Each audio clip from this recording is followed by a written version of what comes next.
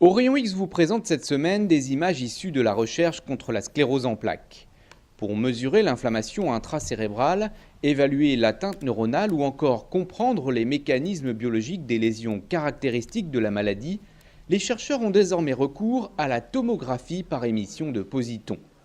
Technique de médecine nucléaire au cœur des échanges lors du dernier atelier organisé par la Fondation ARCEP à l'Institut du cerveau et de la moelle épinière. Explication du professeur Bruno Stankov.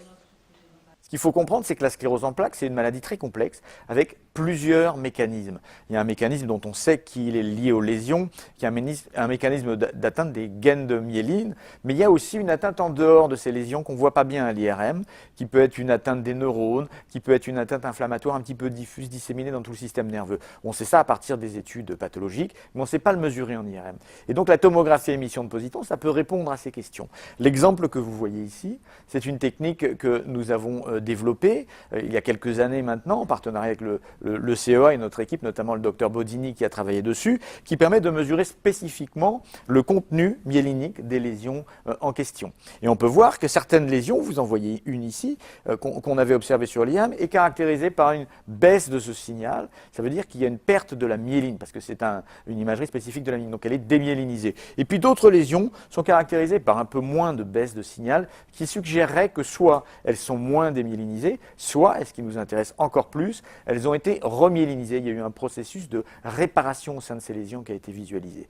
Et cette technique de tomographie émission de positons qu'on a mis en place maintenant il y a quelques années nous a clairement permis de mettre en évidence un processus de remyélinisation dans le système nerveux central et de montrer que ce processus est très important sur l'évolution des patients. C'est un processus naturel, c'est ça qui est très intéressant. C'est un processus naturel et qui plus est, c'est un processus qui est variable d'un sujet à l'autre. Et donc ce sont des arguments très forts pour aller plus loin dans la recherche de médicaments qui pourraient promouvoir cette réparation, parce qu'on a maintenant la preuve que ces médicaments pourraient améliorer le devenir de ces patients. Alors ce que vous voyez ici, en fait vous avez l'IRM des sujets. En blanc, c'est les lésions qu'on a identifiées, c'est les lésions de la substance blanche. Et on a identifié les points de démyélinisation active, c'est une étude longitudinale qu'on a fait où on a suivi des patients.